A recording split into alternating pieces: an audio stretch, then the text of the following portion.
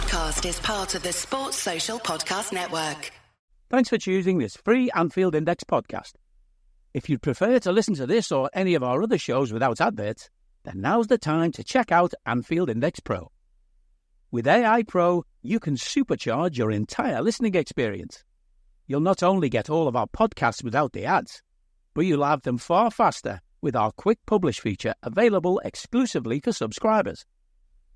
AI Pro also puts you in the heart of our sound studio, with an option to listen to many of our shows live and interact with the podcasters in real time as the shows are recording. Upgrading couldn't be easier. AI Pro is available on all popular podcast platforms. Just head on over to AnfieldIndexPro.com and get started today. Hello and welcome to another episode of the Transfer Podcast here on Anfield Index Pro. I'm Trev Downey, and of course I'm joined by Dave Davis, without whom the show does not happen. Dave, how are you, my friend? Excited, mate. The transfer window is open, and there's a reason Deuteronomy is the last book of the Old Testament, Trev, because as it says on the last line, even though it was white for the final effort, there's shit happening, lad. There's shit happening. We're on. That's one of my favourite passages. I often go to that one in times of contemplation. I'm glad you highlighted it. It's an important part of this show, is the spiritual side. Let's start with Luis Diaz and LFC news, because it's the big story. Well, there's at least one other big story, but I have a feeling you may wee upon people's chips for that big story. So let's start with one that looks like it's going to happen. And whereas a lot of people won't be happy to see Luis Diaz, a quality footballer, go, I think a lot of people can make peace with it if it means the introduction of another quality footballer who might perhaps have better sort of bottom line production. That sounds a bit harsh, but talk us through what's going on with Luis Diaz, because right up until just before we started recording this, I'm seeing new, slightly different takes. How many of them are made up completely out of whole cloth, I don't know. What do we know about it, Dave? This is an interesting one, because we talked about him before, Trev, haven't we? We know he wants to go. The club are happy to sell him if they get a suitable offer. The Barca links are there, and we even said last week, didn't we? Like, we spoke to that Barca journalist. He was quite clear. They went to the Barca AGM, and Laporta did, and all the talk there was that after Laporta had said, we want a winger, Nico Williams and Luis Diaz, they were the two on the docket.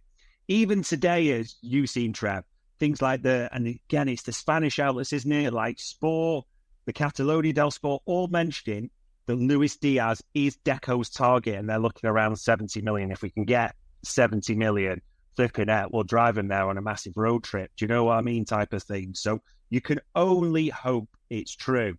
The things that aren't true, Trev, at the same time, are Luis Diaz's comments, because people jumped on that at the Copa America, didn't they? Because he was asked about Liverpool, and he said, yeah, I'm happy at Liverpool, happy to be there. My full focus is on Colombia and the Copa America. Half of that sentence is true.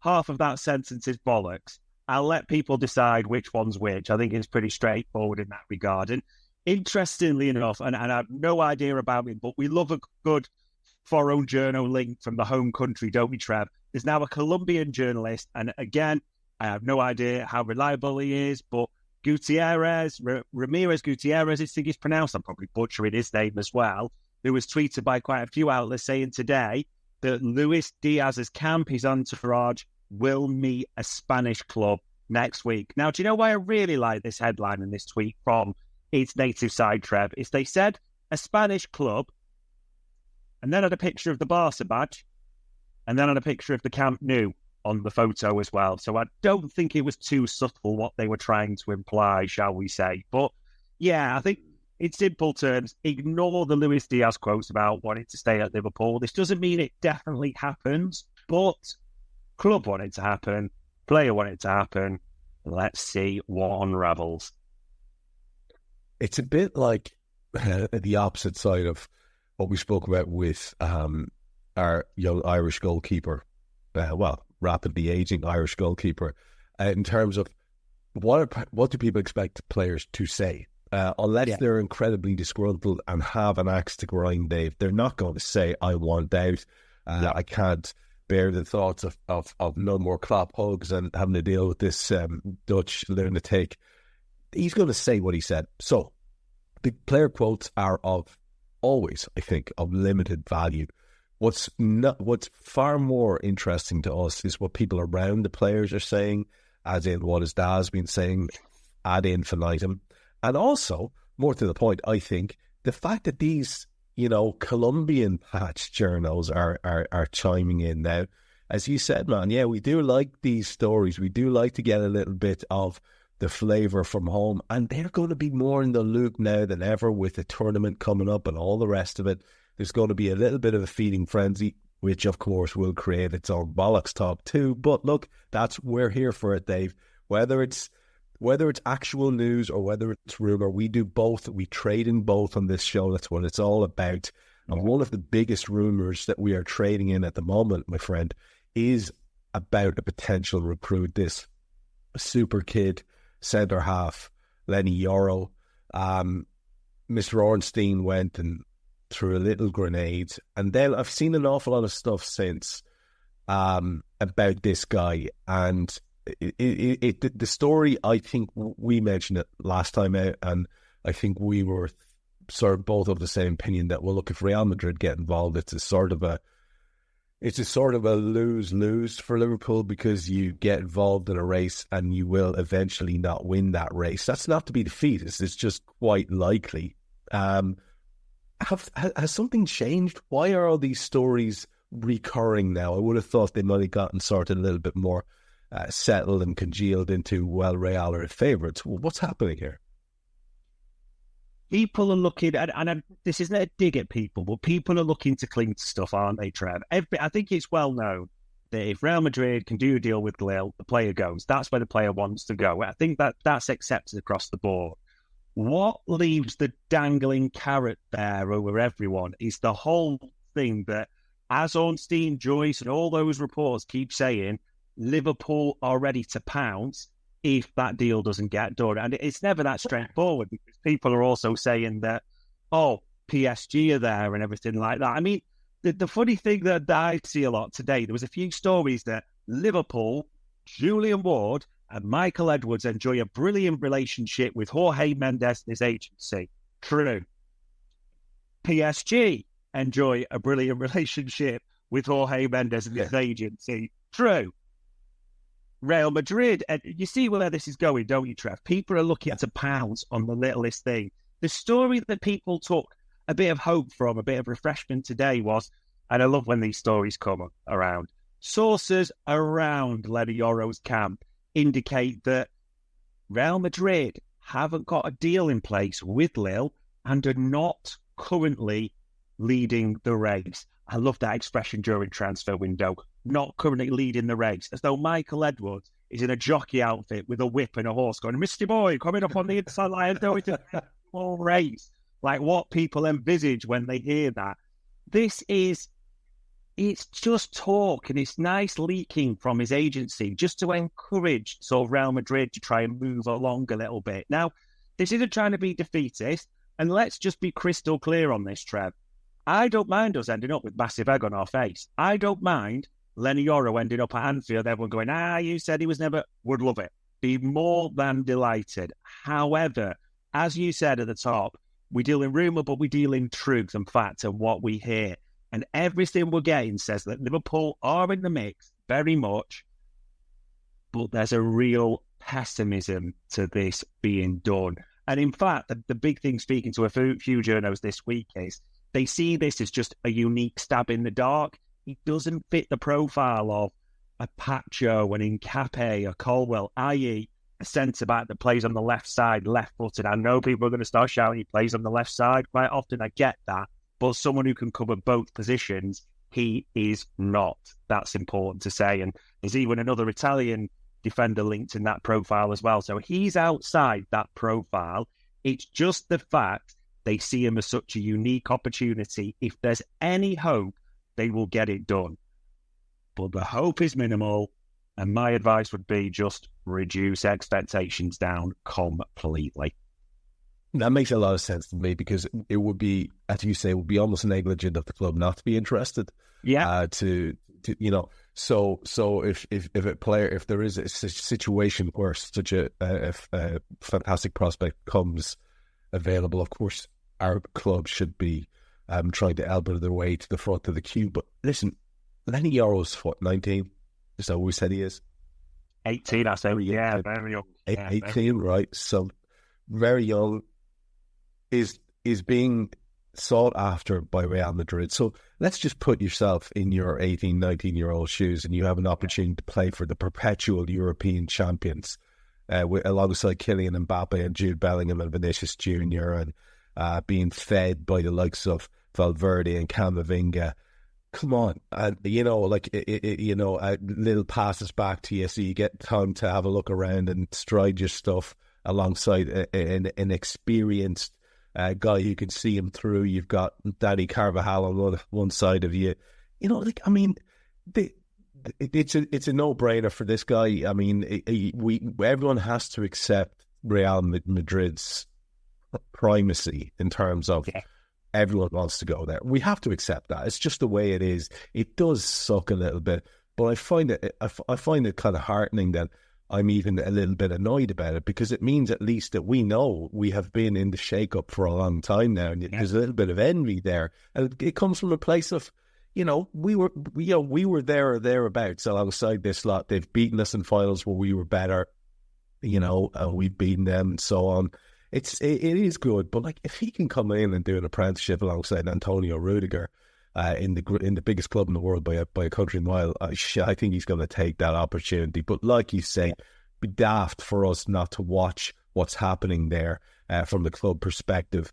There are a couple of other mad stories going around, and the one that I think one that you focused on here is surrounding our Dutch captain Virgil van Dijk, and how one of the big, we'll come back, of course, to Saudi later on, because they are looking to do some deals, and there's a couple of big paydays coming for lads who are certainly not at the top of their game. Van Dijk still is, and yet Al Nassr think that Van Dijk would go there, apparently. Tell us what we know about this, and remind people who Al Nassr are in the shake-up there, who plays for them and so on, just in case they don't know. Yeah, they're one of the four big PIF clubs, aren't they? That have the links to royal family, and whatever you think about the Leeds having links to royal family, we're just going off the official report, as it were, there, so to speak. So yeah, they're always in the shake-up, aren't they, at the top there? You probably might know some names, may have heard of a young lad called Ronaldo, Sadio Mane, that type as well. So yeah, I mean, they're looking for a centre-half, that much is known. And also, Trev, we're not forgetting, they inquired about Alisson, didn't they? All the journos, again, it's the exact same story in this one, that they've inquired to Van Dijk's camp, exactly like they did to Alisson's camp, i.e., would you be interested? And this is not being derogatory at all. It's the right thing for Van Dijk's agent to say, let me go over there, let's see what they're offering us, what they put on the table. You can't just dismiss it, as we know. However, all the indications are that Virgil van Dijk, all the stories everyone's getting, is fully committed, enjoying his time. There is a full expectation out of the three that are into the final 12 months of the contract. He's actually going to be the easiest, so to speak, to get renewed. So the full expectation around the club is that they expect that to get done. And that's also, Trev, why there's kind of dismissing a lot of these reports that they've had any official contact, because Al Nassr have not officially approached them with a bid or anything like that, because everything coming back is Virgil van Dijk's happy at Liverpool, and everyone expects that deal to get done. I don't know what you think, buddy, but I would imagine, based on the very first game played by England, that one of the other big three there who were looking to settle contract situations with Mr. Alexander-Arnold, I think he's more and more likely, if things stay as they are, he's more and more likely to be coming back, fire in his belly to prove people wrong, and be to Liverpool vice captain and all the rest of it, because it's a little bit of a sidestep, but it's worth talking about for a second, because he is the focus of attention for other clubs, including the aforementioned Real Madrid. That still could happen. Maybe he will go on and silence everyone, have a wonderful tournament in midfield. Who knows what's going to happen there? But it is quite shocking, isn't it, to see the amount of negativity that was focused on that one kid. You know, you had a lot of people have said it, but you had the likes of Harry Kane, who's their captain. You had the likes of the wonderful superhuman that is Man City's Phil Foden, absent, you know, not involved, actually bad. And every single pundit has come out to have a little bite out of Trent Alexander-Arnold. It seems agenda-driven. It's weird. It's like it feels like uncomfortable to me. Listen to it. It's gone beyond the point of, oh, that's a bit much. At least that's how I feel. That's how I'm seeing it. What do you make of it? It's just ridiculous, Trev. The flag shaggers are having an orgy with this one, aren't they, in terms of... I don't need a VPN. I've got nothing to hide. This is what I used to tell myself before I hooked up with LibertyShield.com. Not only is my home internet now fully encrypted, but I can now access all the websites I want, whenever I want, and do so from absolutely anywhere.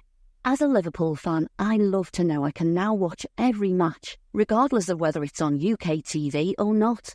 My Liberty Shield VPN makes sure nothing is blocked and guarantees me super fast streaming speed throughout that match.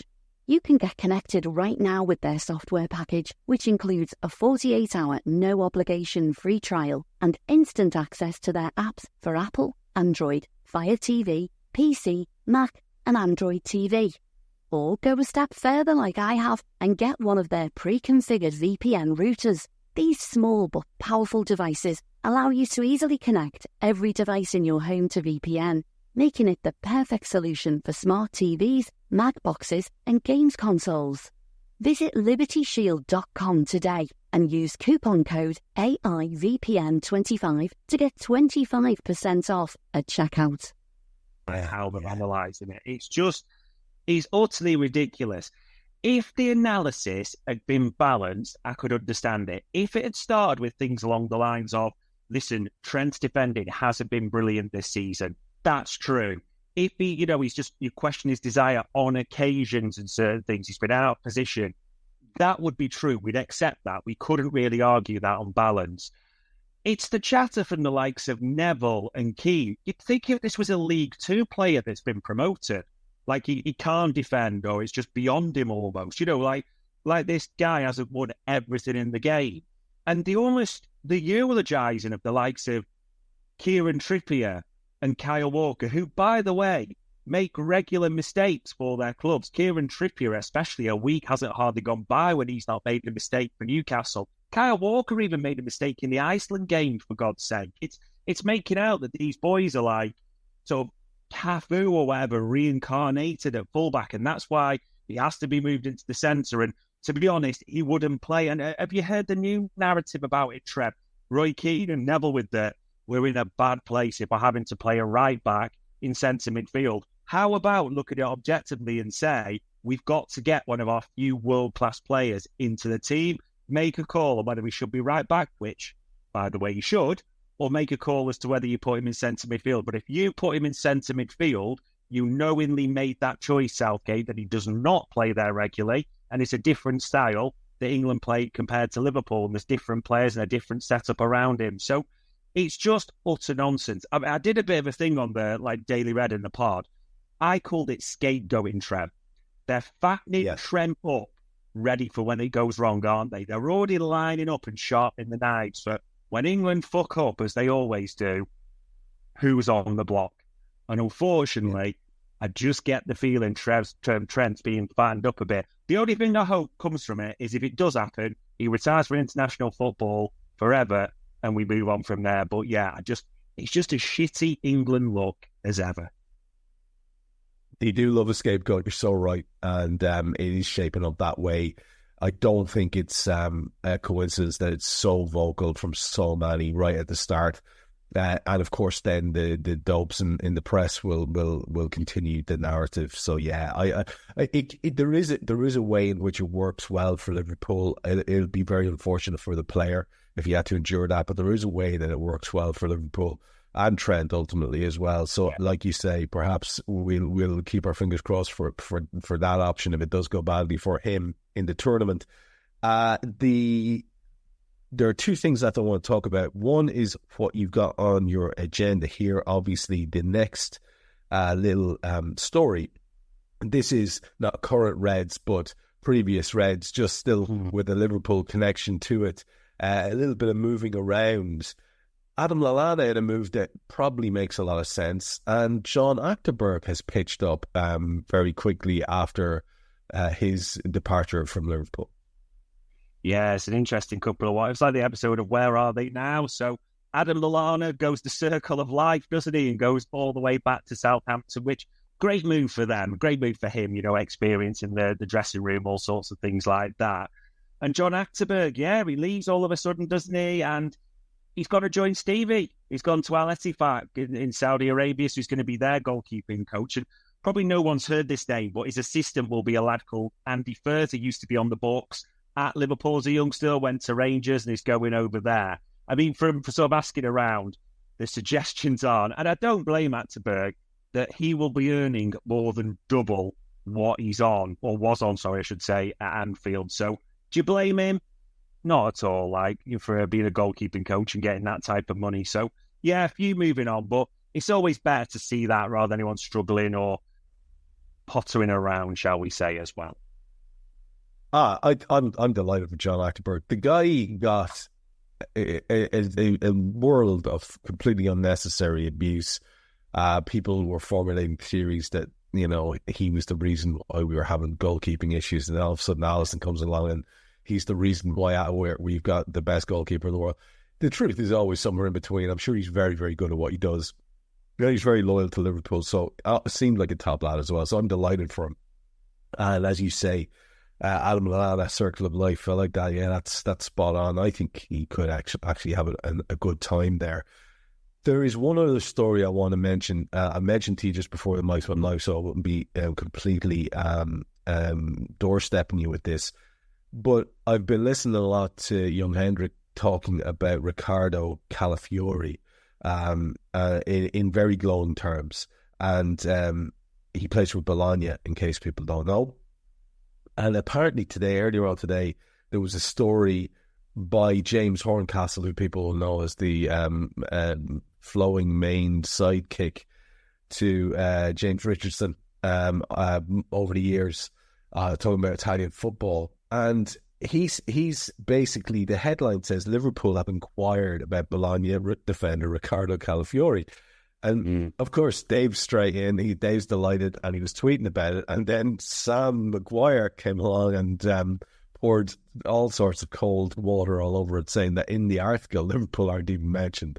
So it's a bit of a weird one, this. Do we know anything about it, Dave? Is it just nonsense? When you attach the name of a well-known journalist, especially TV journalist, who does his punditry there on BT, has done over the years, doing the Champions League and stuff, it kind of just gives it that extra little bit of, is there something to this? I know it would have been on your agenda if there was, but what's your feeling about the story? Yeah, I'd have loved to be able to say something that would have young Hendrik change his underwear and grab him for his angina spray, but we really don't. And we even asked around, has anyone heard this? And it was a similar tale from sort of every path we went down, that he fits the profile, doesn't he, in the sense of a defender that can play left back, is young, and play centre back. There's a lot to like. And then he really shone, didn't he, in the Italy game? There's no doubt about it. However, not going to lie, Trev, asking around, got absolutely nothing back. I mean, I saw the James Horncastle article via The Athletic and another journal, so I had a read of it.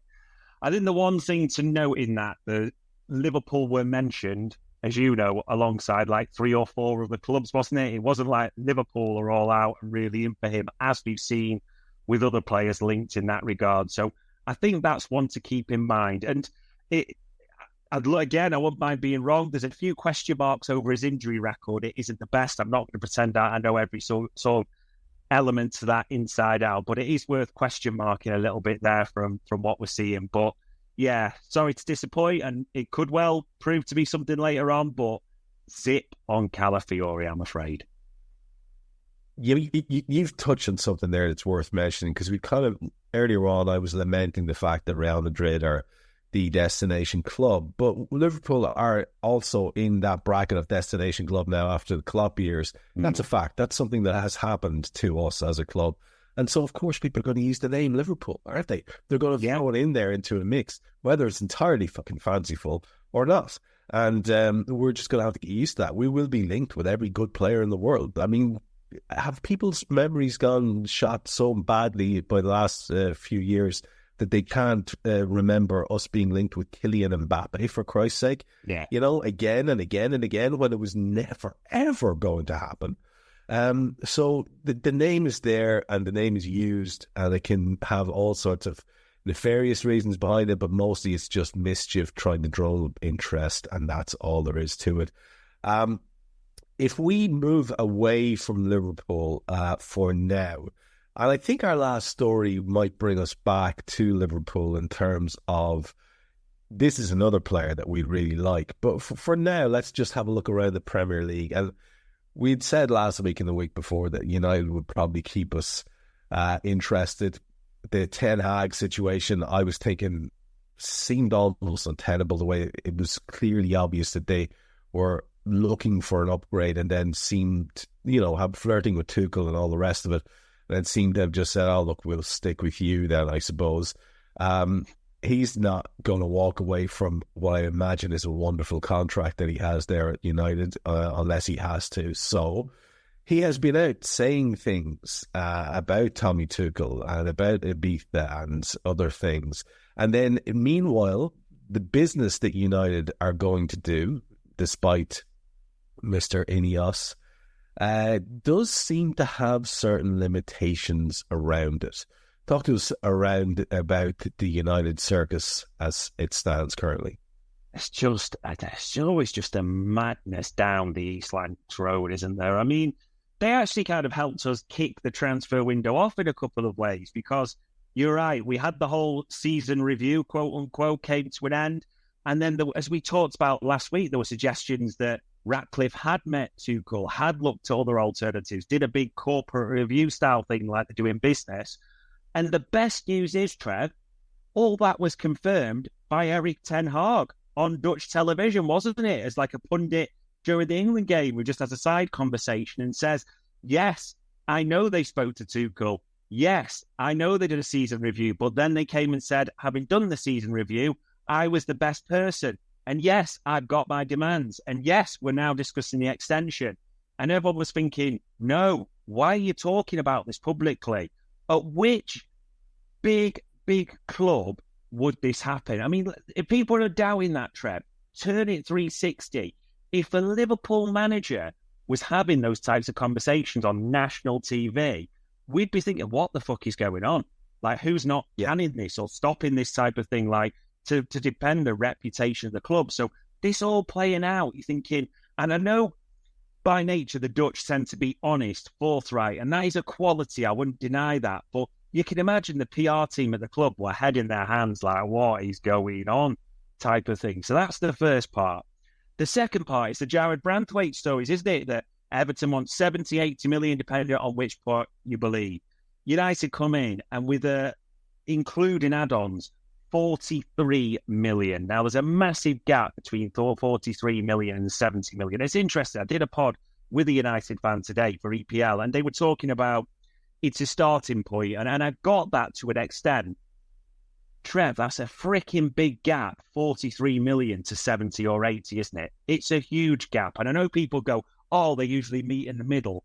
Christ, how much are both teams going to have to swallow to get to the middle there? It seems a massive gap, doesn't it, in that regard? And you've also seen them then linked with Todibo, De Ligt, and all these types of players. I mean, the link with De Ligt, who's on rumours, has it over 300 grand a week? Yeah, well, I think we know what we think of those ones. But the big thing that keeps coming back and underpinning it for me is all the talk is because of FFP, because of PSR, which we're going to be talking about all the way through to 30th of June, is United have got limited funds. All the reports say 40 to 50 million. As a few of the reports had, Trev, if United had sat Ten Hag, that would have put a further dent in that budget. And yes, they've got assets that they can flog. There's no doubts about that. But you know, any new manager interviewing like a Tuchel is going to say, how much have I got left to spend? Well, because Ten Hag's gone, mate, you've got about 32 million plus sales. It doesn't exactly grip the imagination, does it? Let's put it that way. So it almost feels as, I think this phrase was used today, a holding pattern's been installed at United while they look at things and see what's happening. But it just is bizarre. They had a big season review. Everyone knew really what was going to happen, and yet it's not happened for whatever reason. And they spoke to all these managers. I never thought I'd say this, but there's a little bit of me feels sorry for Ten Hag because he's just completely undermined now, hasn't he? So in essence, there is a little bit of me, I'm talking 1%, feels that. 99% is just enjoying the circus with popcorn. That's got to be honest about it. The circus is set to stay in town at United for the rest of the summer. Yeah, for what it's worth, I'm 100% popcorn mode at the moment. If I do notice any feelings of sympathy, even a percentage-wise, I will report them. I will say to you, as you were saying about, what club would this happen at, we have actually seen some fairly horrendous goings-on, haven't we, at major clubs like Barcelona. Yeah. And even the stuff we were predicting, and then it happened last week, like with the Rummenigge quotes. I mean, already Vinny's on a sort of a very, very thin ice from the start. So I guess maybe it's just the increasingly, let's say, lack of courtesy in the way the business is held, or professionalism, or whatever those things are. Yeah, it's not a thing you'd ever want to see your club, and long may it continue. I wondered as well, just in terms of the Ten Hag situation, just before we leave this story, you were saying basically if they had to replace him, that would have impacted on the budget and the amount that's available for them to spend.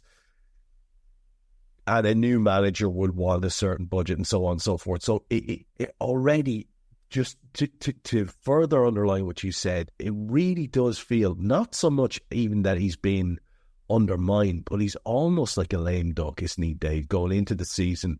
Because, first of all, everybody knows that they were trying to improve upon it. And then people are going to be saying, well, what if we lose 3 games in the first 5? Is he going to be for the sack? And why am I playing for him? What do I need to impress him for? Hey guys, it's Eddie Gibbs from Anfield Index here. I hope you're enjoying this podcast, and I'm sorry to call time on the show before it ends. In the current climate, it's tougher than ever before to offer podcasts for free. At Anfield Index, we produce over 75 free shows every month, which I'm confident is unparalleled in the LFC sphere. Whilst we'd love to offer everything for free, the production costs now make this impossible. That said, we don't want to follow the model of other channels and lock all of our content behind a paywall. So what we've decided to do is to continue offering every show for free, but cut that offering to 30 minutes on our longer shows. So to get all of our shows in full and enjoy the best of everything we have to offer, we really hope you'll consider supporting the channel and signing up at AnfieldIndexPro.com. For about the price of 1 cup of coffee, you'll get every podcast in full with 0 ads.